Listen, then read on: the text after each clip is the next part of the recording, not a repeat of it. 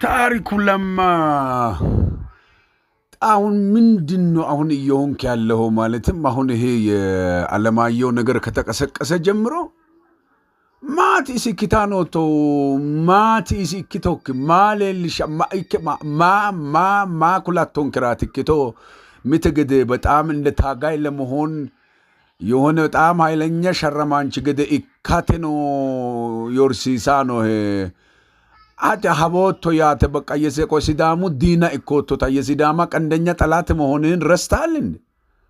እኛ እኮ ዓለማየሁ ላይ ትኩረት አርገን እኮ እየሰራን ያለነው ዓለማየሁን በተለየ መልኩ ይዘን እሱ ለጠንከር ያደረግነው እናንተ ለዘረፋችሁ ዝርፊያ እናንተ ለሰራችሁት ወንጀል በጠቅላላ ከለላ የሆነው እሱ ስለሆነ ነው እንጂ እኮ ከሱ የተለየ ምንም ያደረጋችሁት ነገር ከናንተ የተለየ ያደረገው ነገር የለም። እናንተ እንደ ማቲሲ ምንድነው አሁን ምን ለመናገር ነው? ምን ለማሳይ ምን ልታሳውቀን ነው? ሽርጉድ ይያልክ ያለከው ምን ልምቂ ነው? ሚቀድ ይወጋን ነው ይናኒው ገደ አትጣ ምን ልምቂታ ነው? ሚቀቱን ጋር ገደ ሚታይ ስልጣኔ ኡና ገደ አት ስልጣኔ አንነው እንደ ዓለማየሁ ጢሞቴዎስ ከደስታ የተለየ እኮ ዝርፍ አልዘረፈም። ከደስታ የተለየ ያደረገው ነገር የለም። ነገር ግን እነ ደስታ ዘና ብለው እንዲዘርፉ እንዳንተ አይነቱም ደግሞ ዘና ብለው እንዲዘርፍ እዛች ምድር ላይ ወንጀል እንዲስፋፋ ዝርፊያ እንዲስፋፋ በመንግስት በኩል ሙስናውም ዝርፊያውም ቅጥ ባጣ ለከት በሌለው መንገድ እንዲሳካ ትልቅ በቃ ከለላ ስለሆነ ነው። ዓለማየሁ አሁን ምንድነው ለናንተ ዝርፊያ ተጠያቂ እንዳትሆኑ ተጠያቂነት እንዳይኖር ከለላ ስለሆነ ነው ዓለማየሁ ላይ ነገሩን ያጠነከር ነው።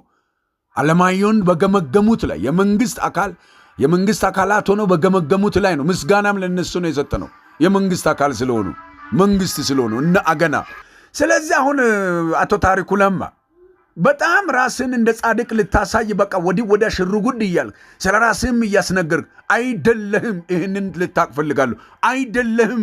ትጠየቃለህ። በደንብ ነው የምትጠየቀው። አንተም ለፍርድ ትቀርባለህ። አንተም ደስታ ላይ ደግሞ ማናችሁም አትቀሩም። ማናችሁም አሁን ደስታ ላይ ደግሞ ዓለማየሁ ላይ ይህን እርምጃ ስለወሰደ ነፃ ሊባል ነው እንዴ? ማናችሁም ከተጠያቂነት ነፃ የምትሆኑበት መንገድም አግባብም የለም።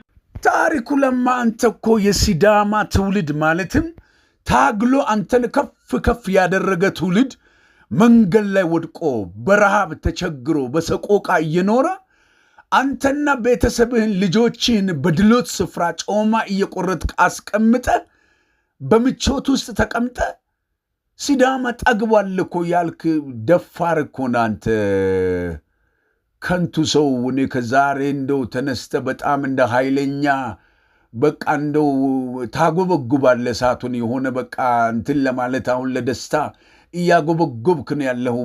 ሞቅ እያደረጋቸው አንተና መሰሎች በቃ ምንድነው አሁን ማንን ነው የምታሞኙት? ምንድነው ድራማ ሊሰሩ የፈለጋችሁት? ምን ልታሳውቁን ፈልጋችሁ ነው? ማንም እኮ እስከማይቀር ድረስ ተጠያቂ እንደሆናችሁ ለምንድን ነው የዘነጋኸው? እንደ ዓለማየሁ ወንጀለኛ እኮ ደጋግሜ ልናገረው ልንገራችሁ አልገባችሁም? ዓለማየሁን የጠነከርንበት እናንተና መሰሎቻችሁ እዛች ምድር ላይ ለተሰሩት ግፍ በጠቅላላ ከለላ ስለሆነ ነው። በቃ ህዝቡ ላይ የግፍ ህግ አውጥታችሁ ህዝቡን ብትጨቁኑ ትንፍሽ እንዳይል ዓለማየሁ ነው ከለላም ይሆንላችሁ።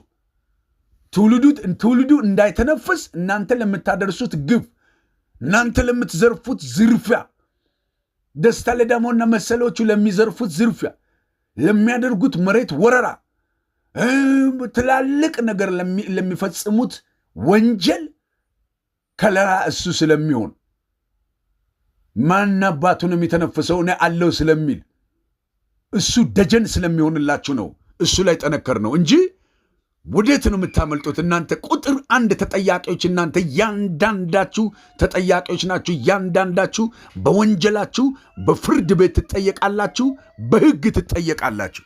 ሁላችሁም ተጠያቂ ናችሁ። ሁላችሁ